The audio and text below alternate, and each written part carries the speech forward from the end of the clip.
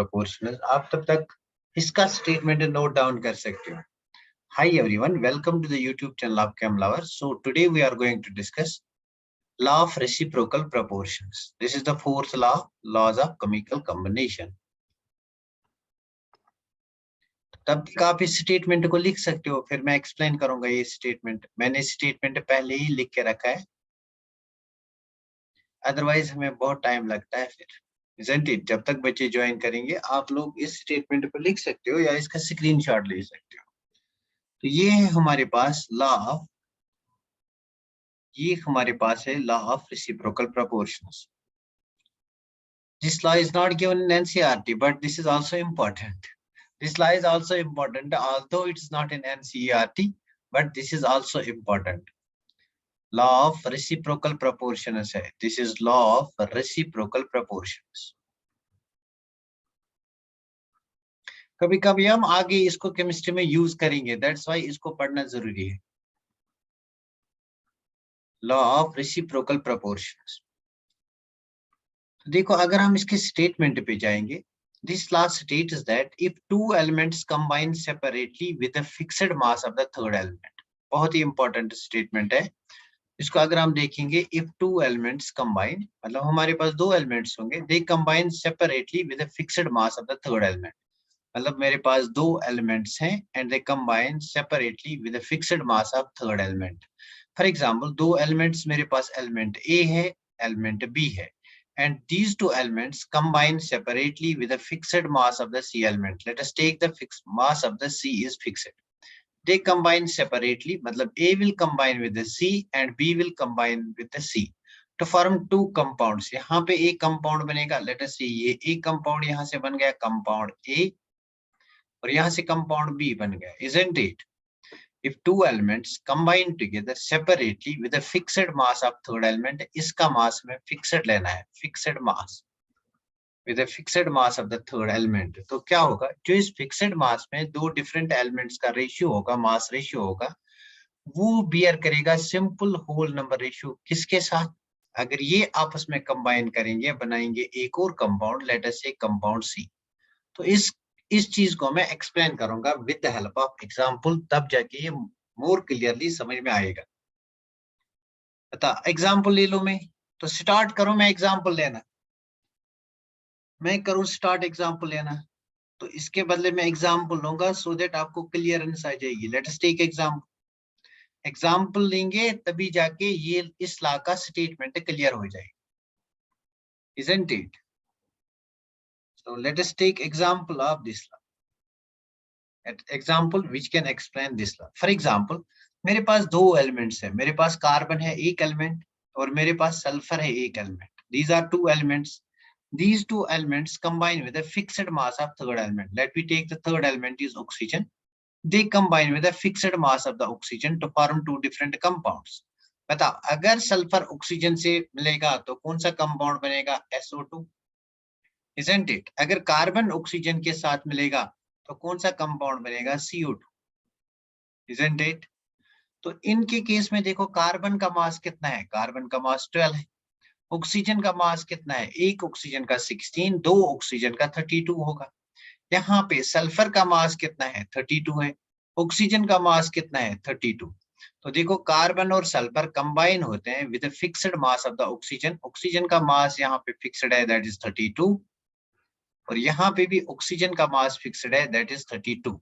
ये जो elements combine होते हैं with a fixed mass of this element, these will bear a simple whole number ratio. मतलब carbon और सल्फर जो कंबाइन होते हैं with a fixed mass of the oxygen, they will bear simple whole number ratio. बताओ, carbon का मास कितना है? 12, sulphur का मास कितना है? 32। तो इनके बीच में जो रेशियो आएगा, 4 3s are 12, 4 8s are 32, 3:8 इनका रेशियो आएगा, isn't it? तो यहाँ तक ये स्टेटमेंट है।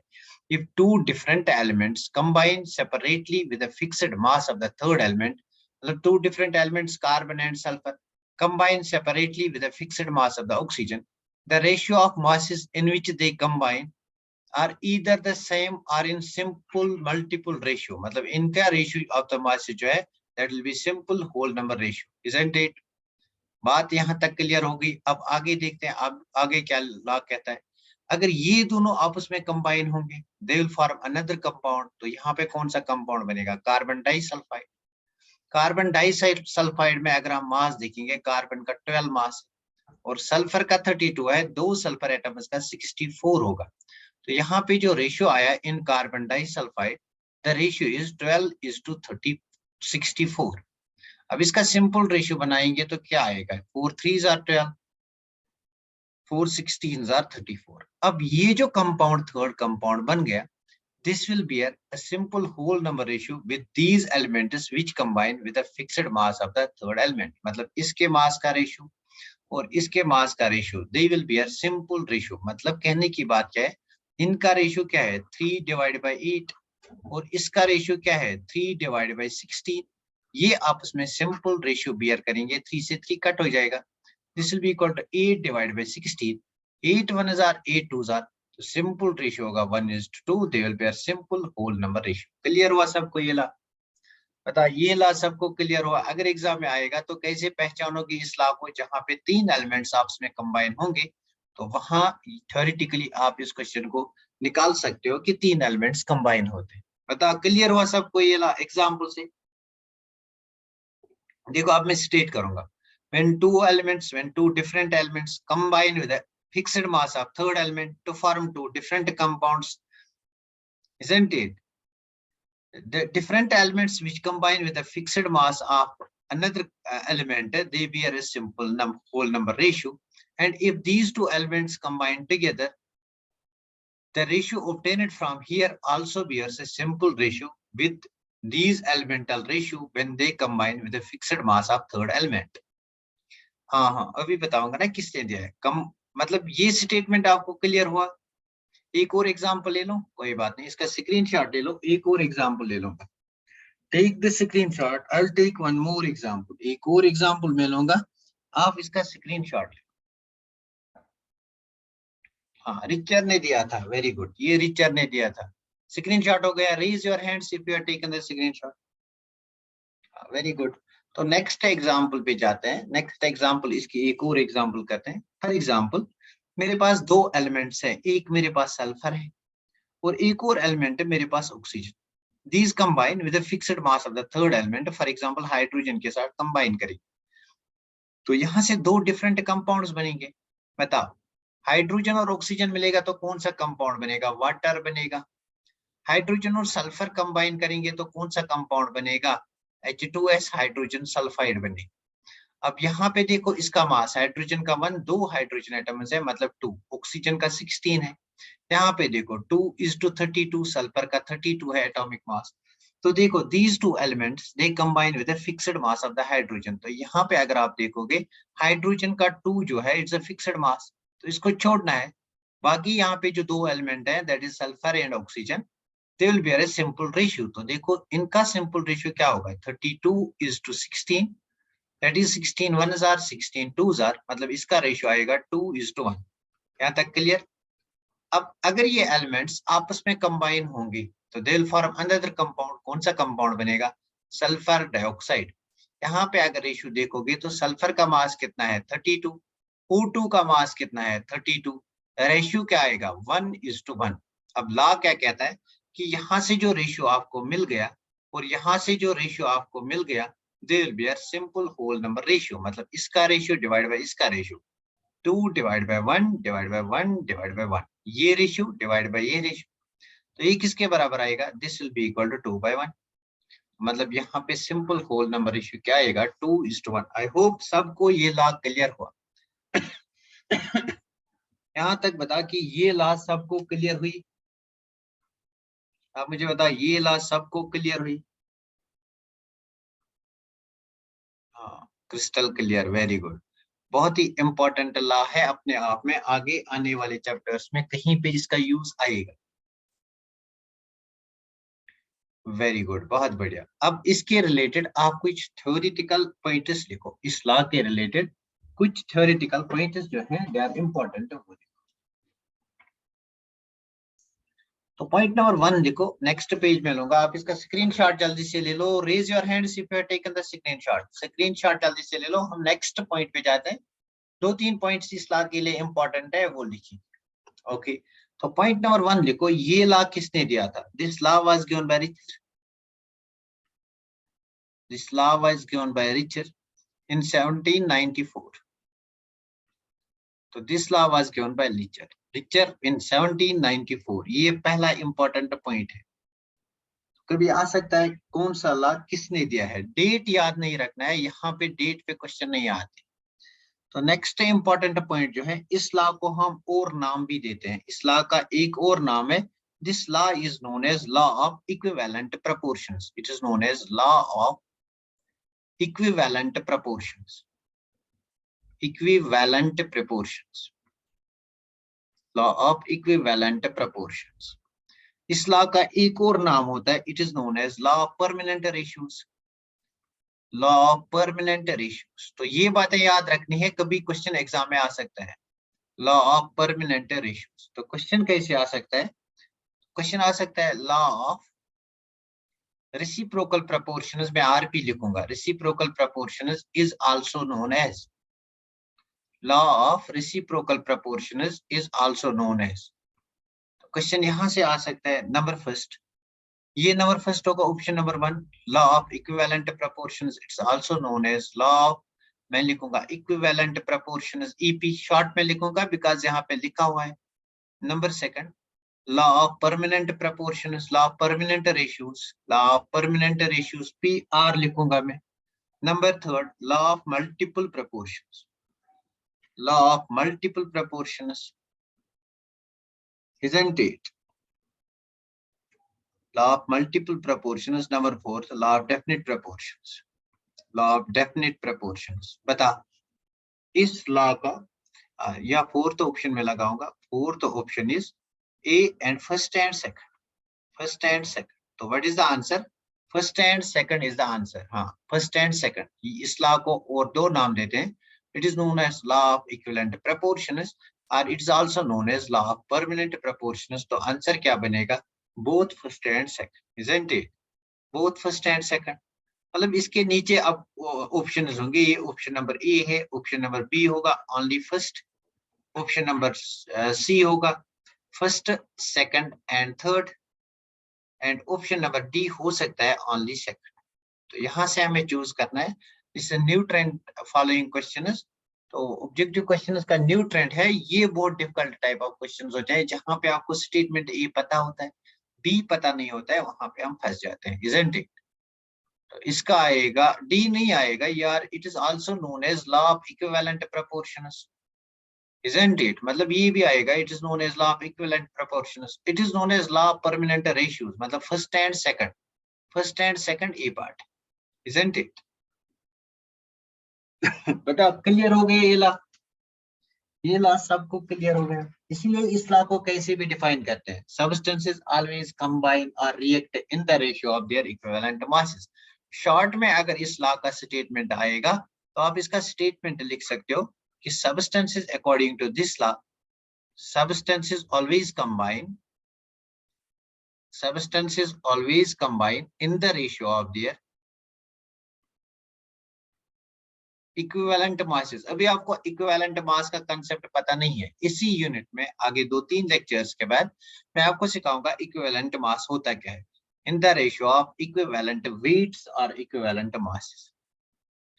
केमिस्ट्री में मास और वेट एक ही चीज है, तो यहाँ पे घबराने की जरूरत नहीं है। फिजिक्स में जाओगे तो डिफरेंस आएगा। बता सबको क्लियर हुआ ये law? Is it clear to all people? किसी को कोई प्रॉब्लम इस्लाम है? ये लॉ सबको क्लियर हुआ? आई होप ये इसमें अब कोई परेशानी नहीं है, ये लॉ आप सबको क्लियर हुई होगी। Very nice, very good, very good. जल्दी से इसका आराम से स्क्रीनशॉट ले लो। Let me know, raise your hands when once you take the screenshot. I'll move to the next law. Next law join हम डिस्कस करेंगे, that is law of gaseous volumes। gaseous state पे भी इसको discuss करना है, but यहाँ भी थोड़ा इसका आइडिया है। law of gaseous volumes, next हम डिस्कस करेंगे law of gaseous volumes. Heading लगाओ, law of gaseous volumes.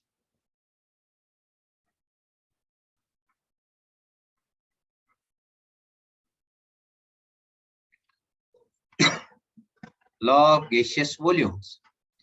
Law of gaseous volumes क्या कहता है?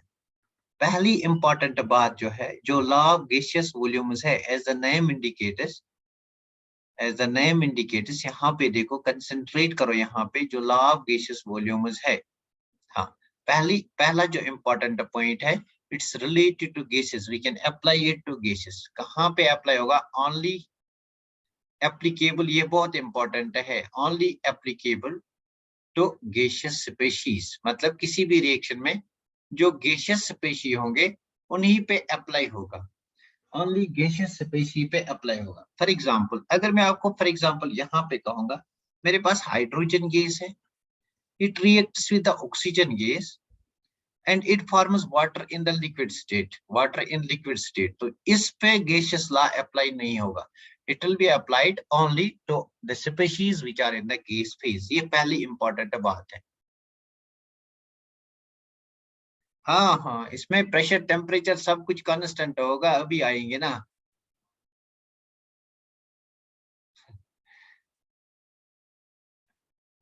अरे यार, डेट का मत पूछो आप, डिफरेंट बुक्स में डिफरेंट डेट होता है कि कौन सी लॉ किस डेट में दी गई है।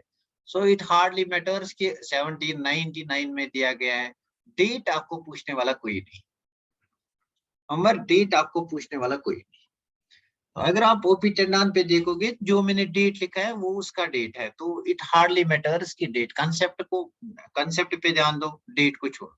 तो पहला इंपॉर्टेंट पॉइंट, ओके, तो पहला इंपॉर्टेंट पॉइंट आपने क्या याद रखा कि जब भी हम इस लॉ को अप्लाई करेंगे, we can apply it, will apply it only to gaseous phase. किस पे अप्लाई करेंगे? सिर्फ गैस फेज पार्टिकल्स पे, सिर्फ गैस फेज पार्टिकल्स के। अब रिएक्शन, अब ये स्टेटमेंट क्या कहता है कि when ever gases react they do so in volumes. Gases किसमें? हाँ, डेट कौन याद है? व्हेन एवर, तो स्टेटमेंट क्या है इसका? स्टेटमेंट है व्हेन एवर गैसेस रिएक्ट, जब भी गैसेस रिएक्ट करेंगे, they do so in volumes. इसका मतलब क्या है? They do so in volumes, मतलब गैसेस के केस में हम वॉल्यूम डिस्कस करेंगे। They do so in volumes when ever gases react, they do so in volumes. जब भी गैसेस रिएक्ट करेंगे, किस टर्म्स में रिएक्ट करेंगे? They will react in terms of volumes, isn't it? तो ये रिएक्टेंट्स की बात हुई। एंड साथ में and if the product is also gaseous, अगर प्रोडक्ट जो बनता है इज आल्सो गैसियस, यहाँ पे नहीं, if the product is also gaseous, तो अगर प्रोडक्ट भी गैसियस होगा, if the product is also in gaseous state और if the product is also gaseous, the volume of the product, the volume of the product as well as reactants bear a simple whole number ratio, also bear a simple whole number ratio, volume of the product also bear a simple whole number ratio। अब ये क्या बात हुई, ये क्या बात हुई, इसको मैं आपको एक्सप्लेन करूंगा। ठीक, जब भी गैसेस रिएक्ट करेंगे, किस टर्म्स में रिएक्ट करेंगे? Always in terms of volumes, but this will happen only at a constant if the number of, if at a constant temperature, if temperature is constant and at constant pressure, if P and T are constant, that's why इसको discuss करना था कहाँ पे? Gaseous state में। वहां पे हम variables की बात करते हैं, temperature, pressure, number of moles etcetera. तो यहाँ पे इसका छोटा सा आइडिया है, उस आइडिया को यूज करेंगे। वहां से एक कंसेप्ट आएगा जिसको 2-3 दिन के बाद डिस्कस करना है, दैट्स लिमिटिंग रेजेंट का कंसेप्ट आएगा। अच्छा, अगर बात करूंगा ये लॉ किसने दिया है, this law was given by Gay Lussac, Gay Lussac ने दिया है, गे ल्यूसैक ने दिया है इन 1808। तो डेट में आल्सो डिफर, गे ल्यूसैक ने दिया है इन 1808। अब हमारे पास एग्जांपल्स होनी चाहिए इस लॉ को एक्सप्लेन करने के लिए। Let us take examples to explain this law. इस लॉ को एक्सप्लेन करने के लिए I will take certain examples. हाँ हाँ, चलो ठीक है, फिर तो डेट मतलब हमारा डेट यहाँ पे मैच कर गया, 1808। हाँ ठीक, तो इसको थोड़ा सा हम अप्लाई करेंगे। ये स्टेटमेंट है, स्टेटमेंट इजी है। जब भी गैसेस आपस में कंबाइन करेंगे, कैसे कंबाइन करेंगे? They will combine in terms of volumes, they will always combine in terms of the volumes. और अगर उसमें गैसेस रिएक्टेंट्स और प्रोडक्ट्स भी गैस होंगे, then they will be a simple whole number ratio. For example, मेरे पास H2 molecule है, this is gas. तो यहाँ पे आपको दिया गया होगा फेज क्या है, फेज मतलब गैसेस है क्या है, plus it reacts with the chlorine molecule, this is gas, and it gives me twice HCl, this is also gas। ठीक, तो यहाँ पे हम नंबर ऑफ मोल्स को, नंबर ऑफ मोल्स को वॉल्यूम मान के चलेंगे। यहाँ पे हम नंबर ऑफ मोल्स को वॉल्यूम मान के चलेंगे। बता कितने मोल्स ऑफ हाइड्रोजन गैस है? यहाँ पे कुछ नहीं है, जहाँ पे कुछ नहीं होगा मतलब इसका मतलब 1 वॉल्यूम है। इसका मतलब कितना वॉल्यूम है? 1। इसका मतलब 2 वॉल्यूम है, मतलब 1। मैं इसको इस ऐसे स्टेटमेंट में लिखूंगा, 1 volume of H2 gas combine with 1 volume of Cl2 gas to give me 2 volumes of HCl, isn't it? इसको मैं ऐसे भी लिख सकता हूँ। तो देखो इसका मतलब इनका रेशियो क्या आएगा, 1:1:2। So these will be a simple whole number ratio, as you can see over here, reactants and when the products are also gases, they also be a simple whole number ratio। अगर products gases नहीं होंगे तो इस ratio में नहीं आएंगे। Clear? Clear हुआ? और भी एग्जांपल्स लेंगे, क्लियर हुआ? Take the screenshot if it is cleared. हम और भी एग्जांपल्स लेंगे।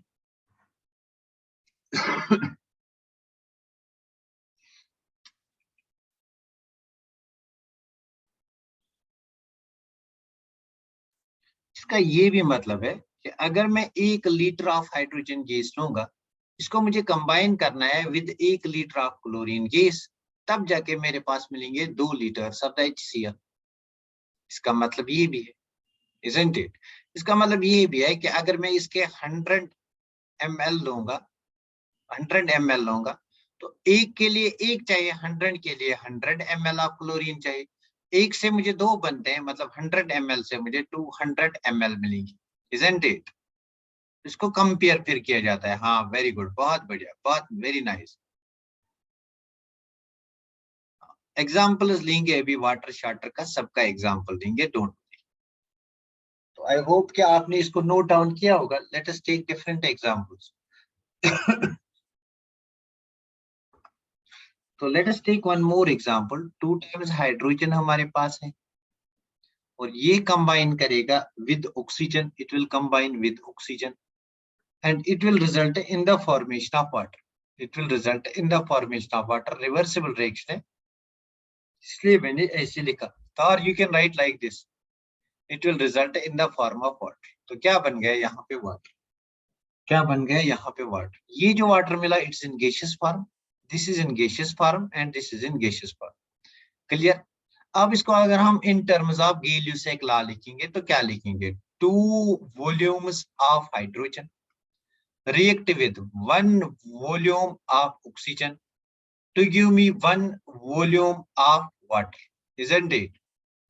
तो इसको मैं अगर ऐसे लिखूंगा कि 2 वॉल्यूम हाइड्रोजन के लिए मुझे 1 वॉल्यूम ऑक्सीजन चाहिए। हाँ, तो इसका अगर मैं रेशियो निकालूंगा, रेशियो विल बी 2:1:1 इज। अच्छा, यहाँ पे होगा, बैलेंस करेंगे पहले। पहले यहाँ पे हर वक्त आपको रिएक्शन बैलेंस करनी है, तब जाके ये लॉ वैलिड है। That's important, reaction needs to be balanced.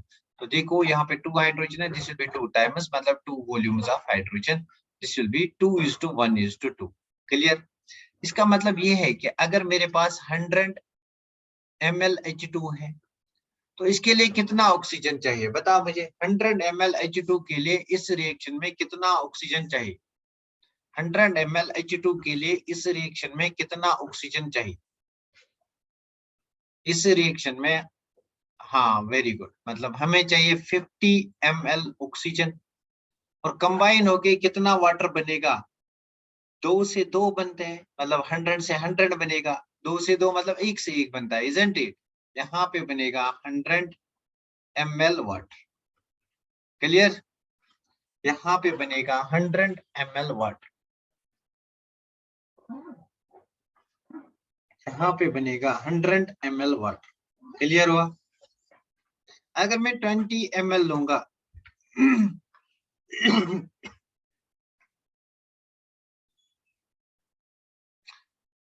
तो इसको मैं ऐसे भी लिख सकता हूँ। आप देखो 100 ml हाइड्रोजन दिए, यहाँ पे 2 वॉल्यूम्स ऑफ 100 ml चाहिए, मतलब मेरे पास 200 ml हाइड्रोजन। तो यहाँ पे 100 के लिए 50, 200 के लिए 100 ml ऑक्सीजन। तो 200 100 से 100 बनता है, 200 से 200 बनेंगे, इजंट इट? तो ये भी स्टेटमेंट करेक्ट है। कुछ भी करके आप इस स्टेटमेंट को लिख सकते हो। बताओ, क्लियर हुआ सबको?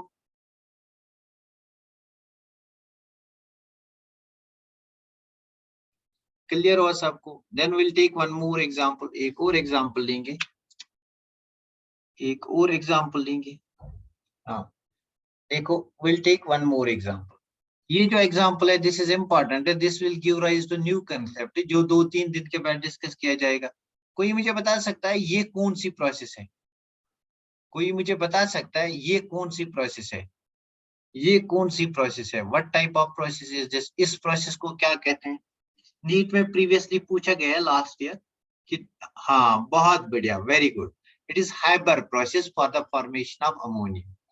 तो देखो, हाइबर प्रोसेस है, ये नाइट्रोजन गैस है, ये ऑक्सीजन हाइड्रोजन गैस है, और ये मेरा अमोनिया गैस है। बताओ, इसका कितना वॉल्यूम रिएक्ट करता है? 1 वॉल्यूम। इसके कितने वॉल्यूम से? 3 वॉल्यूम से। कितना बनता है? 2 volume. What is the ratio? It's 1:3:2। isn't it? It is 1:3:2. It is 1:3। For example यहाँ पे क्वेश्चन क्या बनेगा?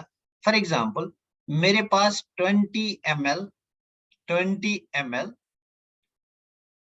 ऑफ नाइट्रोजन है, मेरे पास 20 ml ऑफ नाइट्रोजन है, isn't it? I have given 20 ml of nitrogen. 20 ml of nitrogen मुझे दिए गए हैं, मुझे बताना है कितना अमोनिया बनेगा। What is the amount of the ammonia that is formed over here? तो देखो, 1 ml के लिए, 1 वॉल्यूम के लिए मुझे 3 वॉल्यूम ऑफ हाइड्रोजन चाहिए। 20 ml के लिए मुझे कितना हाइड्रोजन चाहिए? 60 ml, isn't it?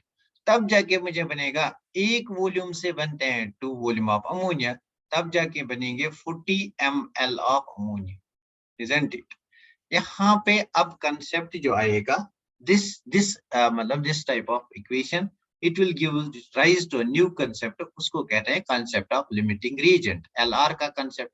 लेकिन आज के लेक्चर में मैं एलआर को डिस्कस नहीं करूंगा, एलआर के बेसिस पे अलग सेपरेट लेक्चर आएगा 2-3 दिन के बाद। बताओ, यहाँ तक सबको बात क्लियर हुई? हाँ वेरी गुड, यहाँ तक सबको बात क्लियर हुई?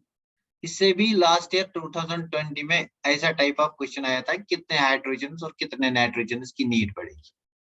क्लियर हुआ सबको? तो नेक्स्ट लेक्चर में हम क्या डिस्कस करेंगे? हम अब आते हैं अपने नेक्स्ट लेक्चर में आएंगे मोल कंसेप्ट पे। मोल कंसेप्ट बताओ, डाल्टन एटॉमिक थ्योरी आप सबको पता होगा ना। मोल कंसेप्ट, एटॉमिक मास, इन कंसेप्ट पे आएंगे, मतलब अब न्यूमेरिकल पोर्शन पे आते हैं। हाइबर प्रोसेस बहुत ज्यादा इंपॉर्टेंट है, बोर्ड एग्जाम के लिए ज्यादा ही इंपॉर्टेंट है हाइबर प्रोसेस 12th में। बता, सब बच्चे बोलो मुझे, क्या डाल्टन्स एटॉमिक थ्योरी भी डिस्कस करनी है? वो सबको आती है ना? डाल्टन्स एटॉमिक थ्योरी सबको आती होगी। इसके बाद डाल्टन्स एटॉमिक थ्योरी है। आई होप कि डाल्टन्स एटॉमिक थ्योरी सबको आती है, उसके पोस्टुलेट्स। इतना याद रखना कि डाल्टन्स एटॉमिक थ्योरी से हमें एक कंसेप्ट मिला। क्या concept? Concept of atomic mass. Dalton's atomic theory से हमें कंसेप्ट ऑफ एटॉमिक मास मिला।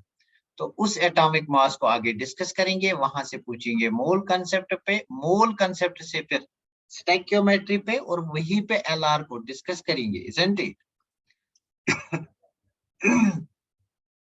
हाँ वही ना, वो सब एवोगैड्रो लॉ, वो सब कुछ किस में आता है? एवोगैड्रो लॉ भी सब कुछ किस में आएगा? वो सब अब मोल कंसेप्ट में आएगा। एवोगैड्रो लॉ क्या है, तो वो भी इसी स्टेट में ही एक्चुअली डिस्कस कर, इजंट इट? तो मुझे बता, although will not start atomic mass today,